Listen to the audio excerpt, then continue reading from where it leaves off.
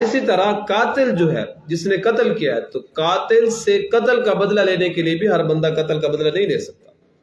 ہمارے ہاں تو بہت آگے چل پڑتے ہیں، ہماری دیہات کی عوام یا ادھر پہاڑوں کی عوام، وہ تو قتل ایک نے کیا ہوتا ہے اور اس کا بدلہ دوسرے سے لے لیتے ہیں، اس کے قوم کے لوگوں سے لے لیتے ہیں، جو کہ شرعاً، قانوناً، اخلاقاً ہر اعتبار سے غلط اور گناہ ہے۔ جرم ایک بندے کا اور قتل دوسرے بندے کو کیا جا رہا ہے، شریعت اس کی کہاں اجازت دیتی ہے؟ پھر یہ جو حکومت کے ذمہ ہے جس کو قصاص کہتے ہیں، قاضی وقت، یہ ساری باتیں اس وقت ہوں گی جب اسلامی حکومت ہوگی۔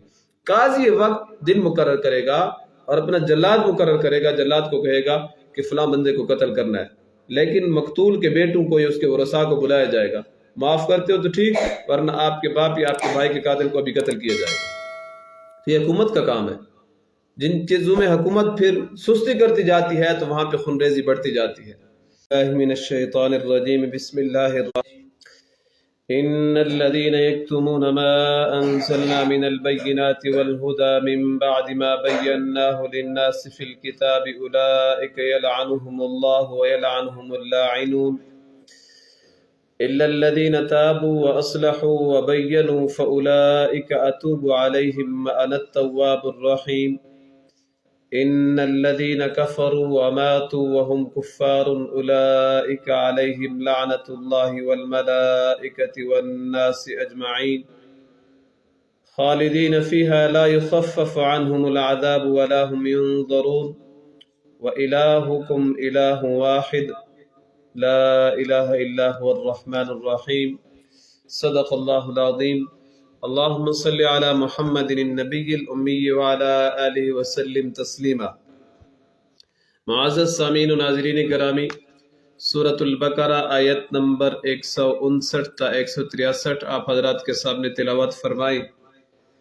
اللہ تبارک و تعالی فرماتے ہیں، ان الذین یکتمون ما انزلنا من البینات والہدی من بعد ما بیناہ للناس فی الکتاب، بے شک وہ لوگ جو اللہ کے کھلے احکام اور اس کی ہدایت کو اس کے بعد بھی چھپا رہے ہیں، جبکہ ہم نے لوگوں کے واسطے کتاب میں ہر ایک حکم کی وضاحت کے ساتھ بیان کر دیا۔ اولئک یلعنہم اللہ، تو ان پر اللہ تعالی کی لعنت ہے، ویلعنہم اللاعنون، اور تمام لعنت کرنے والے بھی لعنت کرتے ہیں۔ الا الذین تابوا واصلحوا وبینوا، لیکن وہ لوگ جنہوں نے توبہ کی اور اپنے اصلاح کر لی اور احکام الہی کو بیان کیا، فَأُولَئِكَ أَتُوبُ عَلَيْهِمْ، تو میں ایسے لوگوں کی توبہ قبول کر لیتا ہوں، وَأَنَا التَّوَّابُ الرَّحِيمُ، اور میں توبہ کرنے والا اور رحم کرنے والا ہوں۔ إِنَّ الَّذِينَ كَفَرُوا وَمَاتُوا وَهُمْ كُفَّارٌ، یقیناً جن لوگوں نے کفر کیا اور اسی حالت کفر میں ہی چل بسے، اولئک علیہم لعنۃ اللہ والملائکۃ والناس اجمعین، ان پر اللہ کی، فرشتوں کی اور تمام لوگوں کی لعنت ہے۔ خالدین فیہا، اسی لعنت میں وہ ہمیشہ رہیں گے۔ لا یخفف عنہم العذاب ولا هم ینظرون، نہ تو ان پر عذاب کم کیا جائے گا اور نہ انہیں مہلت دی جائے گی۔ وَإِلَٰهُكُمْ إِلَٰهٌ وَاحِدٌ، اور اے لوگو تمہارا معبود ایک ہی معبود ہے، لا الہ الا ہو، اس کے سوا کوئی معبود نہیں، الرحمن الرحیم، بڑا بخشنے والا مہربان ہے۔ جیسا کہ اس سے پچھلی آیات میں، سورۃ البقرہ کی آیت میں اللہ تبارک و تعالی نے اصول بتائے تھے، اور وہاں پہ اصول بتائے گئے تھے، شاعر اللہ کی تعظیم سکھائی گئی تھی۔ شاعر اللہ کی تعظیم، اللہ کے شاعر کی تعظیم کی جائے، اور اسی طرح صفا اور مروہ کے متعلق اللہ تبارک و تعالی نے حکم دیا تھا کہ یہ بھی اللہ تعالیٰ کے شعائر یعنی اللہ تعالیٰ کی نشانیوں میں سے ہیں۔ آج کی آیت میں اللہ تبارک و تعالیٰ نے کتمان حق سے متعلق بیان کیا، یعنی جو لوگ حق بات کو چھپاتے ہیں۔ قرآن کریم کے اندر آتا ہے وَتَكْتُمُ الْحَقَّ وَأَنْتُمْ تَعْلَمُونَ، جاننے کے باوجود بھی تم حق کو چھپاتے ہو۔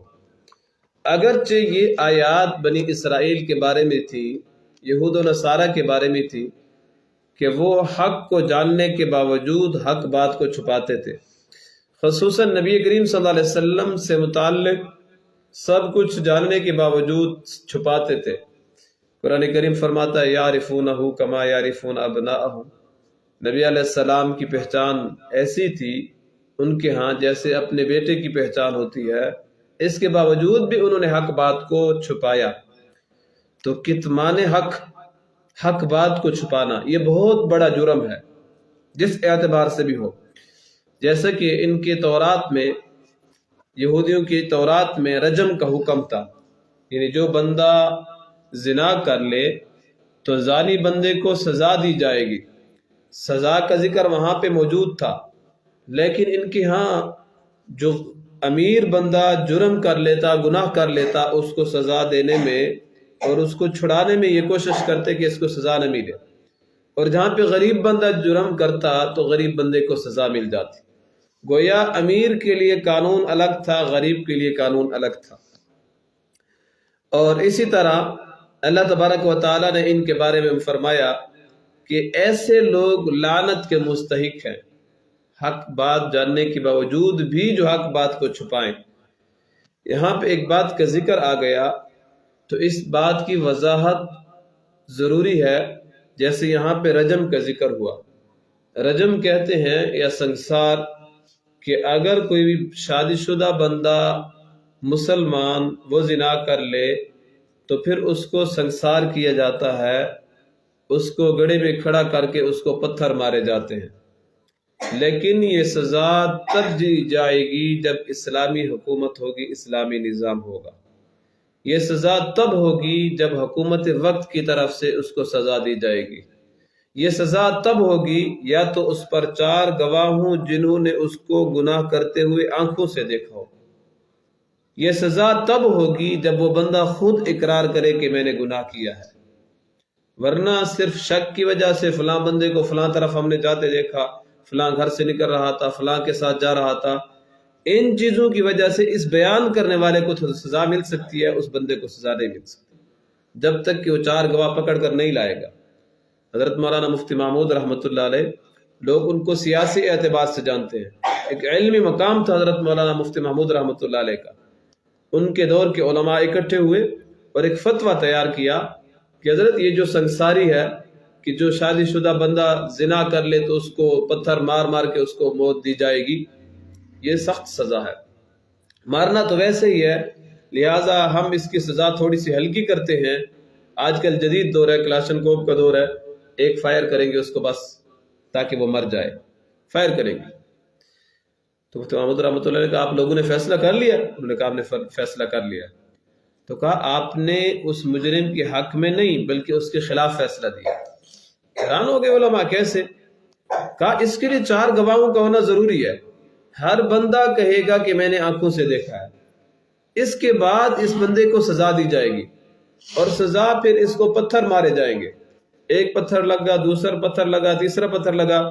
ادھر کوئی نرم دل کا بندہ جو گواہی دے رہا تھا وہ پیچھے ہٹ گیا کہ میں گواہی نہیں دیتا، قاضی اس کی سزا کو روک دے گا، اس کی سزا رک جائے گی، اگرچہ اس نے دیکھا ہو، قاضی اس کی سزا کو روک دے گا، جب تک کہ 4 گواہ پکے نہ رہیں اس کو سزا اتنے تک نہیں ملے گی۔ 4 گواہ گواہی پہ برقرار ہیں تو سزا ملے گی، ایک گواہ بھی پیچھے ہٹ گیا تو اس کو سزا نہیں ملے گی۔ تو کہا اگر کسی گواہی یا کسی بندے نے جھوٹی گواہی دے دی اور پھر جب پتھر لگتے دیکھے تو پھر اس نے انکار کر دیا کہ میں گواہی نہیں دیتا، تو سزا رک جائے گی، بس تھوڑا سا جو اس کا بدن زخمی ہوا ہے وہ ہوگا نا، باقی تو بچ سکتا ہے۔ اگر ہو کلاشن کوپ کا فائر، جیسے اس کو فائر لگے گا تو اس کو ماتھے میں جیسے لگا تو اس کے بعد کوئی بندہ کہے کہ میں گواہی اپنی واپس لیتا ہوں تو پھر اس کی تو جان چلی گئی۔ تو اس لیے شریعت کے ہر حکم میں ایک خاص حکمت ہوتی ہے جو انسانوں کی سمجھ سے بالا تر ہوتی ہے۔ جتنا جدید دور آ جائے، شریعت کے بعض احکامات شریعت وہی پرانی رہتی ہے، احکام کے اندر جدت آتی ہے، مسائل نئے نئے آتے ہیں، لیکن ان کے جواب قرآن اور حدیث میں پہلے سے موجود ہیں۔ اسی طرح جیسے اگر کوئی بندہ کسی گستاخی کا ارتکاب کر لے تو فقہاء نے اس بات پر بھی وضاحت کی ہے، اس بات کی بھی، کہ ہر بندہ اس کو قتل نہیں کر سکتا، حکومت وقت اس کو قتل کرے گی۔ ہمارے یہاں پاکستان میں بھی یہ قانون ہے کہ جو بندہ گستاخی کرے گا صحابہ کی، انبیاء کی، تو اس کو قانون سزا دے گا، لیکن پھر قانون کے چکروں میں وہ بہت دور چلی جاتی ہے، جیسے کئی واقعات ہمارے ایسے ہو چکے ہیں۔ اگر حکومت سنجیدگی سے کام لے اور ایسے بندے کو فوراً سزا دے دے تو پھر یہ خون ریزی نہیں ہوگی۔ ہر بندہ پھر کلاشن کوپ نہیں اٹھائے گا اور گستاخ کو قتل کرنے کے لیے ہر بندہ پھر نہیں اٹھے گا، پھر بندے کا ذہن بن جائے گا کہ حکومت مجرم کو سزا دیتی ہے، ورنہ پھر عدالتوں کے اندر پھر مجرموں کو مارا جاتا ہے۔ یہ کئی واقعات ایسے ہوئے ہیں۔ اسی طرح قاتل جو ہے، جس نے قتل کیا ہے، تو قاتل سے قتل کا بدلہ لینے کے لیے بھی ہر بندہ قتل کا بدلہ نہیں لے سکتا۔ ہمارے ہاں تو بہت آگے چل پڑتے ہیں، ہماری دیہات کی عوام یا ادھر پہاڑوں کی عوام، وہ تو قتل ایک نے کیا ہوتا ہے اور اس کا بدلہ دوسرے سے لے لیتے ہیں، اس کے قوم کے لوگوں سے لے لیتے ہیں، جو کہ شرعاً، قانوناً، اخلاقاً ہر اعتبار سے غلط اور گناہ ہے۔ جرم ایک بندے کا اور قتل دوسرے بندے کو کیا جا رہا ہے، شریعت اس کی کہاں اجازت دیتی ہے؟ پھر یہ جو حکومت کے ذمہ ہے، جس کو قصاص کہتے ہیں، قاضی وقت، یہ ساری باتیں اس وقت ہوں گی جب اسلامی حکومت ہوگی۔ قاضی وقت دن مقرر کرے گا اور اپنا جلاد مقرر کرے گا، جلاد کو کہے گا کہ فلاں بندے کو قتل کرنا ہے، لیکن مقتول کے بیٹوں کو یا اس کے ورثاء کو بلایا جائے گا، معاف کرتے ہو تو ٹھیک، ورنہ آپ کے باپ یا آپ کے بھائی کے قاتل کو ابھی قتل کیا جائے گا۔ تو یہ حکومت کا کام ہے۔ جن چیزوں میں حکومت پھر سستی کرتی جاتی ہے تو وہاں پہ خونریزی بڑھتی جاتی ہے۔ بہت سی باتیں ایسی ہوتی ہیں کہ جن کا تعلق حکومت کے ساتھ ہوتا ہے، اس لیے ہمارے ہاں چونکہ مسلمانوں کی حکومتیں زوال کی طرف جا رہی ہیں تو بہت سے احکامات بھی ہم سے چھوٹ رہے ہیں۔ اگر 2-3 شرعی سزائیں ہمارے ملک میں لاگو ہو جائیں نا تو ہمارے ملک میں ایسے امن ہو جائے گا کہ لوگ پھر یہ نہیں کہیں گے کہ دل کرتا ہے پاکستان چھوڑ دیں، پھر لوگ کہیں گے کہ دل کرتا ہے پاکستان کو واپس آ جائیں۔ سعودیہ کے اندر صرف 2 سزائیں ہیں، چوری کی سزا ہے اور قتل کی سزا ہے۔ آج دیکھیں وہاں پہ چوریاں کتنی ہوتی ہیں اور قتل کتنے ہوتے ہیں۔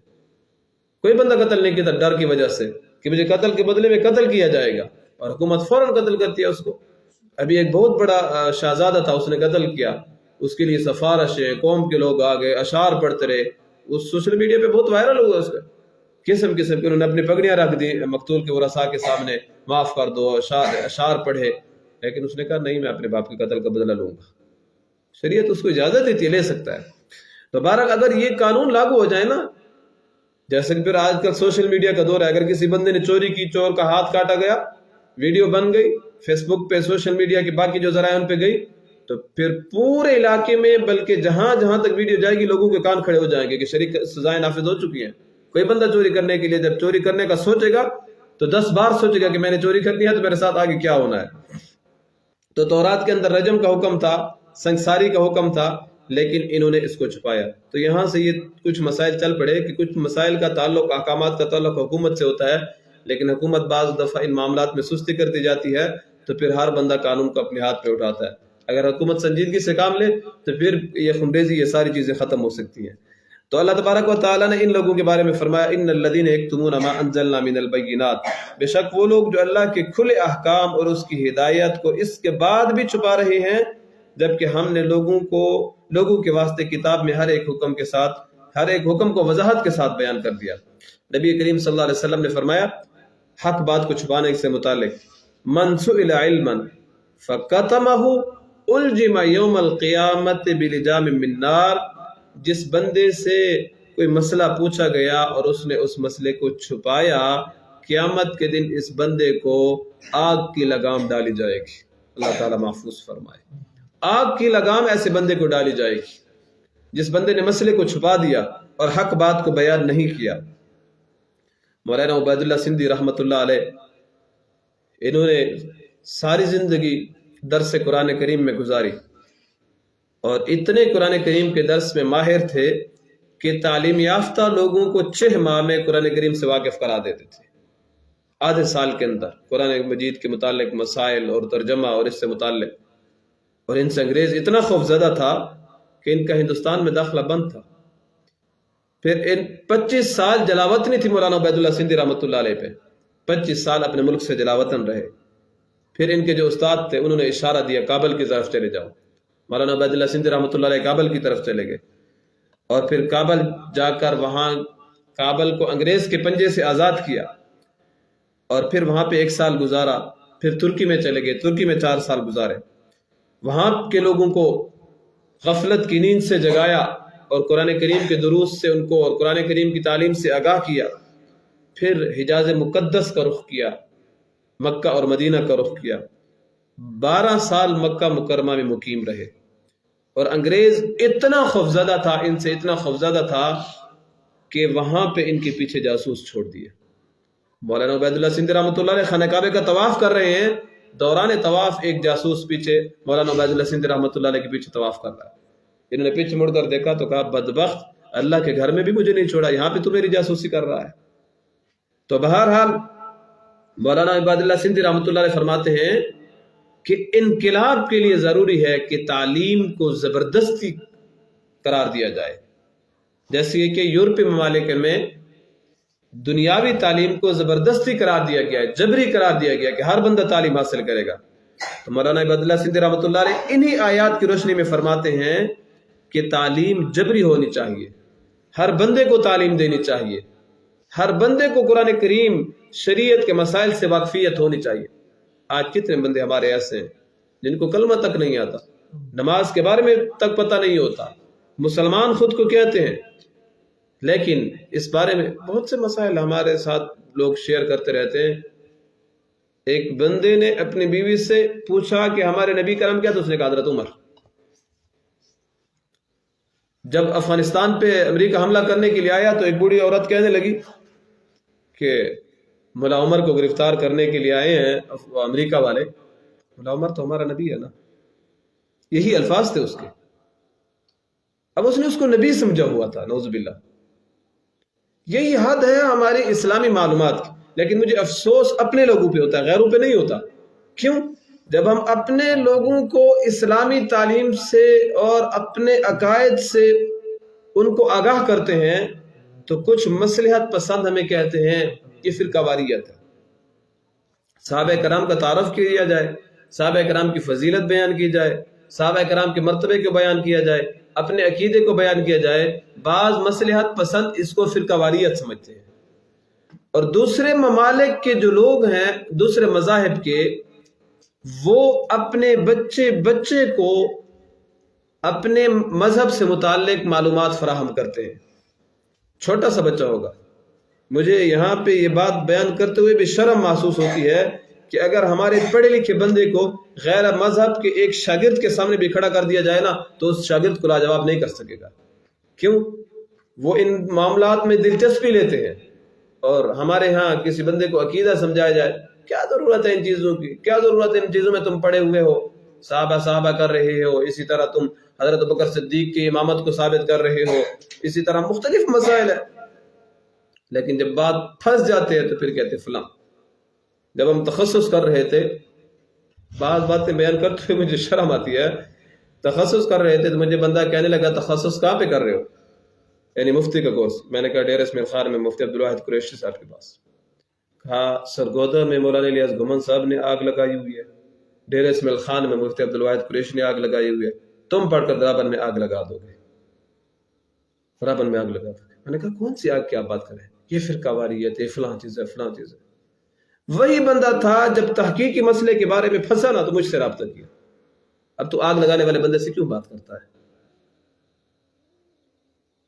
تو یہی بات ہوتی ہے کہ خود مطالعہ کرتے نہیں ہے، جو بندہ مطالعہ کر رہا ہوتا ہے عقیدے کا اس کو بھی روکتے ہیں۔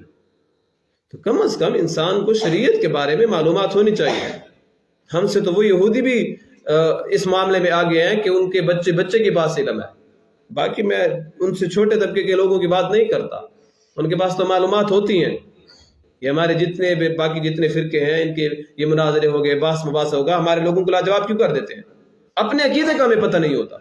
آج بھی یقین کے ساتھ کسی نوجوان کو کھڑا کر کے اسے کہیں عشرہ مبشرہ کے نام بتاؤ، 10 صحابہ جن کے بارے میں نبی کریم صلی اللہ علیہ وسلم نے جنت کی خوشخبری دی تھی ان کے نام سناؤ، خلفائے راشدین کے نام سناؤ، رسول اللہ صلی اللہ علیہ وسلم کے داماد کتنے تھے، رسول اللہ صلی اللہ علیہ وسلم کے سسر کتنے تھے، رسول اللہ صلی اللہ علیہ وسلم کی بیویاں کتنی تھی، رسول اللہ صلی اللہ علیہ وسلم کے بیٹے کتنے تھے، بیٹیاں کتنی تھی، بمشکل کسی کو پتا ہوگا۔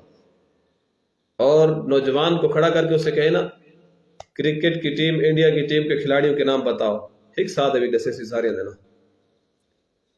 آسٹریلیا کی ٹیم کے نام بتاؤ، کھلاڑیوں کے نام بتاؤ، ایک سانس میں بتائے گا. وہ فلاں ٹیم ہے اس کے نام بتاؤ، ایک سانس میں بتائے گا.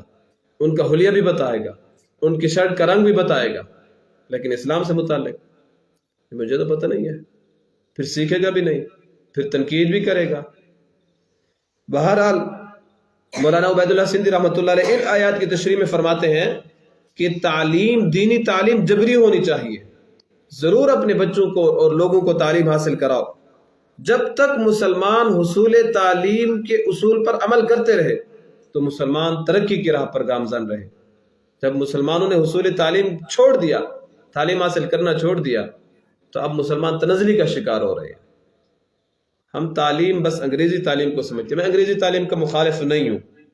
انگریزی تعلیم کرنی چاہیے اور ایسے کرنی چاہیے جیسے انگریزی تعلیم کرنے کا حق ہے. میں تو اس بات کا قائل ہوں. انگریزی ایسے سیکھو کہ اپنی زبان سے زیادہ آپ کو انگریزی آنی چاہیے. دین کی خاطر آپ اس کو استعمال کر سکو. ہر زبان سیکھنی چاہیے، ہر زبان سیکھنی چاہیے، لیکن انگریزی سیکھتے سیکھتے انگریز نہیں بننا چاہیے. 2-4 لفظ انگریزی کے سیکھ کر اپنا حلیہ انگریزوں والا نہیں بنا لینا چاہیے. حلیہ وہی رہنا چاہیے. کالج اور یونیورسٹی میں رہ کر اس حلیہ کے ساتھ بھی کالج اور یونیورسٹی میں ٹاپ کیا جا سکتا ہے. اکثر لوگوں نے ٹاپ کیا ہے. بذات خود میں نے ڈگری کالج ٹاپ کیا ہے اور اسی حلیہ میں ٹاپ کیا ہے. بہت سے ایسے تھے جو ہمیں تانے دیتے تھے، آپ نے کالج اور یونیورسٹی، آپ نے کالج جانا ہے تو یہ ٹوپی اور یہ پگڑی یہ چھوڑنا پڑے گی. اللہ تبارک و تعالیٰ نے اس پگڑی کو جو عزت دی ہے نا، جو مقام اور مرتبہ دیا ہے، اس پگڑی سے سارے غیر مذہب اور غیر مسلم جتنے لوگ ہیں اس پگڑی سے خوفزدہ ہیں. اسی کا پگڑی کا تو روب ہے. اس دن میرے الیکشن کی ڈیوٹی تھی. پہلے میں نے سوچا کہ میں نے کہا سارا دن وہاں پہ ڈیوٹی ہوگی، بیٹھا رہوں گا تو سر پہ پگڑی ہوگی تو تھوڑا سا وہ ہو جائے گا. میں نے کہا نہیں، پھر اسی کے ساتھ ہی جاتا ہوں. میں نے پگڑی اپنے سر پہ رکھی. ایک بندہ ووٹ فول کرنے کے لیے آیا تو میں نے اس سے پرچی لی تو مجھے کہتا ہے نہیں آپ دیکھ لیں گے کہ میں کس کو ووٹ دے رہا ہوں. میں نے کہا میری سرکاری ڈیوٹی ہے، آپ جس کو بھی دیں، نہ میں آپ کو منع کروں گا، نہ آپ کو ہدایت دوں گا، اور نہ آپ کو کہوں گا کہ اس کو دو اس کو نہ. قانوناً میرے لیے یہ جرم ہوگا. بہرحال وہاں سے لگا کہ کہتے ہیں آپ کی باڈی لینگویج بتا رہی ہے کہ آپ کس سے، آپ کا تعلق کس سے ہے. میں نے کہا شکر ہے اتنا کہ آپ نے پہچان لیا کہ میرا تعلق کس سے ہے. بہرحال ہماری ایک شناخت ہوتی ہے، دیندار بندے کی ایک شناخت ہوتی ہے، اور یہ پگڑی شناخت ایسی شناخت ہے کہ جس کو اللہ تعالیٰ نے روپ دیا ہے. اسی پگڑی کے پر میں ایک بات بتاتا ہوں. ایک مرتبہ ہم سفر پہ روڈ پہ جا رہے تھے، یہ عصر کا وقت تھا، ایسے چکر پہ نکلے ہوئے تھے. میرے ساتھ ہمارا ایک دوست ابھی طارق جمیل صاحب کی مدرسے میں پڑھ رہا ہے، عالم بن رہا ہے. تو ایک بندہ گزرا موٹر سائیکل پر تو اس نے سلام کیا. دوسرا بندہ گزرا، اس نے سلام کیا. جب تو 3 بندے گزرے نا تو میں نے ساتھ والے سے کہا، میں نے کہا یہ تینوں بندے نہ تو میں ان کو جانتا ہوں، یہ نہ مجھے جانتے ہیں. انہوں نے سلام کیا ہے صرف پگڑی کی وجہ سے سلام کیا. کہتا نہیں آپ کے واقف ہوں. میں نے کہا نہیں. کہتا نہیں آپ کے واقف ہوں. میں نے کہا چلو. میں نے پگڑی اتاری اور اس کے سر پہ رکھ دی، اس کی ٹوپی اپنے سر پہ رکھ. اب جو بندہ بھی گزرتا نا اس کو کہتا السلام علیکم السلام علیکم. میں نے کہا اب بتا تیرے واقف ہے یا میرے واقف ہے؟ یہ سلام پگڑی کی وجہ سے ہو رہا ہے. اللہ تعالیٰ نے یہ پگڑی کو عزت دی ہے، سنت ہے. آپ نماز ادا کر رہے ہیں اور آپ کے سر پہ پگڑی ہے نا، تو ایک حدیث کے مطابق 70 گنا ثواب زیادہ ہو جاتا ہے اس پگڑی کی وجہ سے. 70 گنا ثواب نبی کریم صلی اللہ علیہ وسلم کی سنت ہے نا. اور الحمدللہ میں نے پرائمری لیول سے اس پگڑی کی سنت پہ عمل کیا. جیسے میں 6ٹھی کلاس میں گیا نا تو 6ٹھی کلاس میں اسکول کو جاتا تھا، اسکول سے جیسے واپس آتا تھا میرے سر پہ پگڑی ہوتی تھی. ایک کلاس میں لوگ کہتے تھے نا چھوٹی عمر بھی بعد ٹائم بوں پہ تھے، بعد پٹ کے مارے وہاں. میں نے کہا کیا پتا زندگی وفا کرتی ہے یا نہیں کرتی. میری عمر اتنی پہنچے گی تو پھر میں سنت پہ عمل کروں گا، ابھی اس سنت پہ عمل نہیں کر سکتا.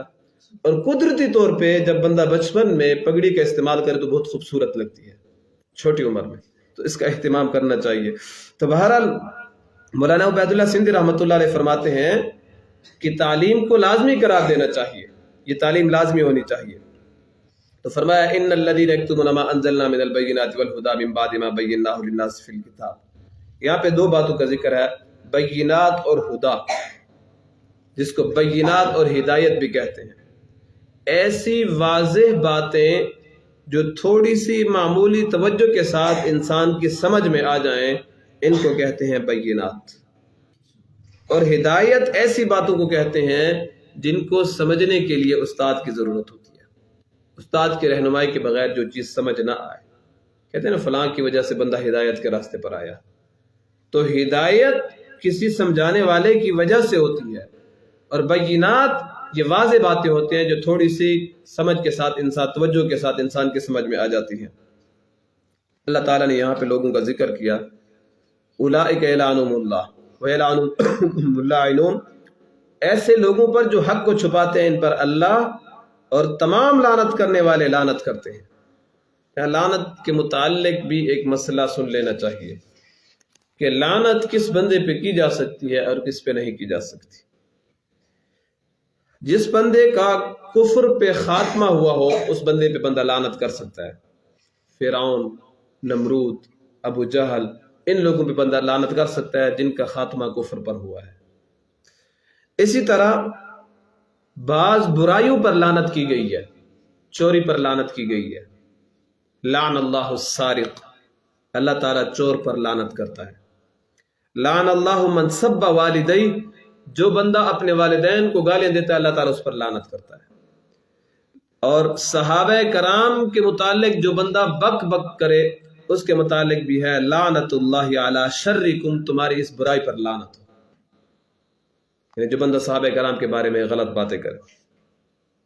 اور جو بندہ کسی حلال جانور کو غیر اللہ کے نام پر ذبح کرتا ہے اس پر بھی اللہ کی لعنت ہے. لعن اللہ من ذبح لغیر اللہ، جو بندہ اللہ کے علاوہ کسی انسان یا کسی بت کے نام پہ کسی جانور کو ذبح کرتا ہے اس پر بھی اللہ تعالیٰ کی لعنت ہے.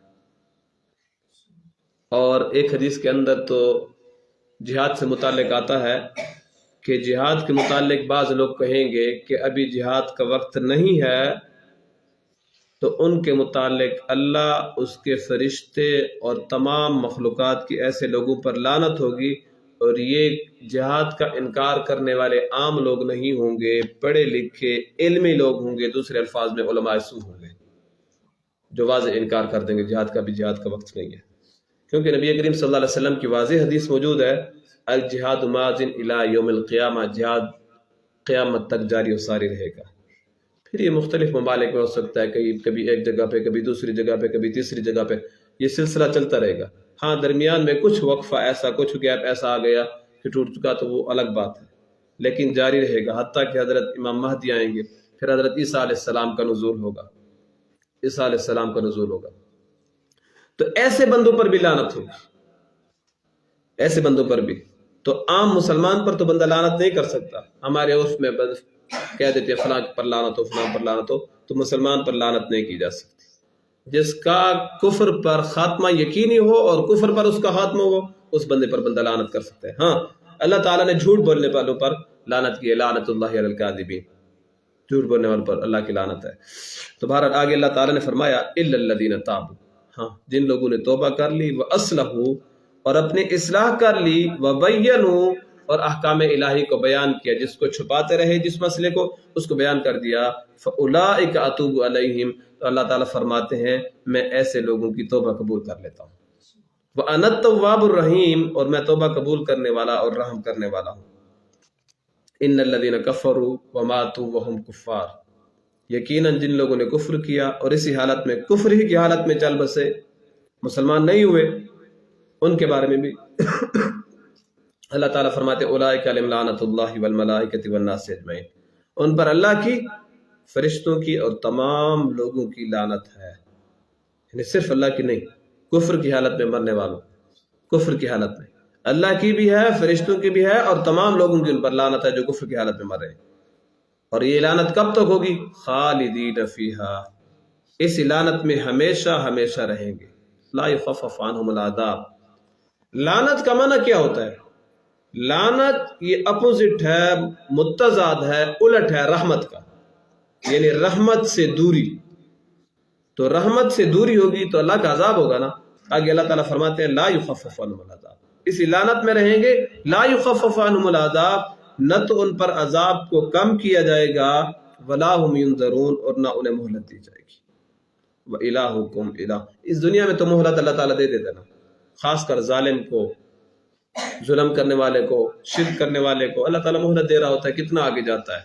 تکبر کرنے والے کو اللہ تعالیٰ مہلت دے رہا ہوتا ہے، کتنا آگے جاتا ہے، تکبر میں کتنا آگے جاتا ہے، یہ اپنے تکبر سے واپس آتا ہے، ظلم سے واپس آتا ہے، شرک سے واپس آتا ہے، کفر سے واپس آتا ہے، یا ایسے چلا جاتا ہے؟ جب نہیں آتا تو پھر اللہ تعالیٰ کی پکڑ اچانک آتی ہے، اور پھر جب اللہ کی پکڑ اچانک آ جائے تو اچانک پکڑ بہت سخت ہوتی ہے۔ فوراً کسی جرم پہ اللہ تعالیٰ کی طرف سے سزا آ جائے وہ اتنی سخت نہیں ہوتی، جب اچانک پکڑ آتی ہے تو سخت ہوتی ہے۔ تو اللہ تعالیٰ فرماتے ہیں وَلَا هُمْ يُنظَرُونَ، ان لوگوں کو مہلت بھی نہیں دی جائے گی۔ وَإِلَٰهُكُمْ إِلَٰهٌ وَاحِدٌ، اور تمہارا معبود ایک ہی معبود ہے لوگوں، لا الہ الا ہو، اس کے سوا کوئی معبود نہیں۔ بعض مفسرین فرماتے ہیں یہ آیت جو ہے اسم اعظم ہے، اسم اعظم اللہ کا وہ نام ہے جب دعا اس کے ساتھ مانگی جائے تو دعا قبول ہوتی ہے، تو دعا میں اس آیت کو پڑھنا چاہیے، وَإِلَٰهُكُمْ إِلَٰهٌ وَاحِدٌ لَا إِلَٰهَ إِلَّا هُوَ الرَّحْمَٰنُ الرَّحِيمُ۔ بعض مفسرین لکھتے ہیں الف لام میم اللہ لا الہ الا هو الحی القیوم، سورۃ آل عمران کی ابتدائی آیت، یہ بھی اسم اعظم ہے۔ بہرحال 8ویں سپارے کے اندر بھی ایک آیت آتی ہے، اس کے متعلق بھی ہے کہ اس کے درمیان جو دو لفظ اللہ آتے ہیں ان کے درمیان دعا مانگی جائے تو وہ دعا قبول ہوتی ہے۔ بہرحال اللہ تعالیٰ نے فرمایا وَإِلَٰهُكُمْ إِلَٰهٌ وَاحِدٌ، اور تمہارا معبود ایک ہی معبود ہے، لا الہ الا ہو، اس کے سوا کوئی معبود نہیں، الرحمن الرحیم، بڑا بخشنے والا اور مہربان ہے۔ اللہ تبارک و تعالی ہمیں قرآن احکامات کو سمجھنے اور سمجھ آ جانے کے بعد عمل کرنے کی توفیق نصیب فرمائے۔ وآخر دعوانا الحمدللہ رب العالمین۔